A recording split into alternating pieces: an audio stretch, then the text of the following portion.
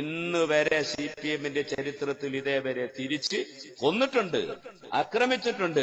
പക്ഷെ ഇമാതിരി കൊള്ള നടന്നിട്ടില്ല. 100 വീടോളം അവര് കൃത്യമായി പ്ലാന്റായി ആക്രമിച്ചു.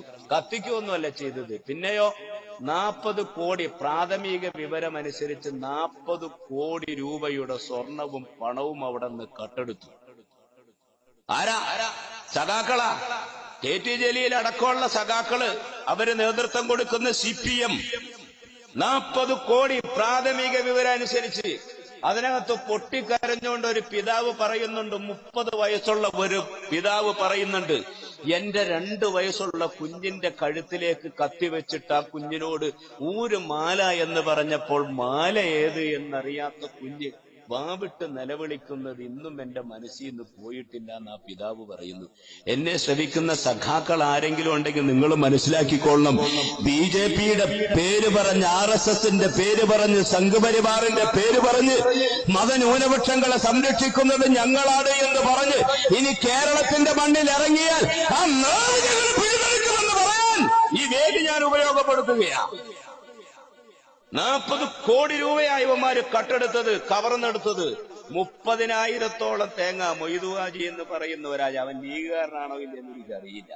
30,000-ഓളം തേങ്ങയെ കൂട്ടിയിട്ട് കത്തിച്ചത് എടുത്തോണ്ട് പോകാൻ പറ്റാത്തതിന്റെ പേരില്. അവിടെ പിന്നെ എന്താ ചെയ്തത്? 100ഓളം വീട്. മേപ്പയ്യൂരിന്റെ MLA KK ലതിക പറഞ്ഞത്, അതായത് TP ചന്ദ്രശേഖരൻ വധക്കേസിലെ പ്രതിയാണ് എന്ന് സംശയമുണ്ടായി ജയിലിൽ കിടന്ന ഇപ്പോഴത്തെ CPM-ന്റെ കോഴിക്കോട് ജില്ലാ സെക്രട്ടറി മോഹനന്റെ ഭാര്യ, അവര് പറഞ്ഞെന്താണെന്നറിയോ? അത് അക്രമത്തിന്റെ പ്രത്യാക്രമണമാണ്, അങ്ങനെ ചിലത് സംഭവിക്കുമെന്ന്. ഇതിനു മുമ്പ് കേട്ടത് എവിടാന്നറിയോ? ഗുജറാത്തിലെ നരേന്ദ്രമോദിയുടെ വായിന്നാ കേട്ടത്, അമിത്ഷായുടെ വായിന്നാ കേട്ടത്. KK ലതികയൊക്കെ അമിത്ഷാക്ക് വേണ്ടി പഠിക്കാൻ ശ്രമിക്കുവാണെങ്കിൽ ഞങ്ങൾക്ക് BJP പേടിയൊന്നുമില്ല, സംഘപരിവാർ പേടിയില്ല. ആര് വന്നാലും ശരി, ഇവരൊക്കെ നേരെയാണെങ്കിൽ ഞങ്ങളും നേരെയാ.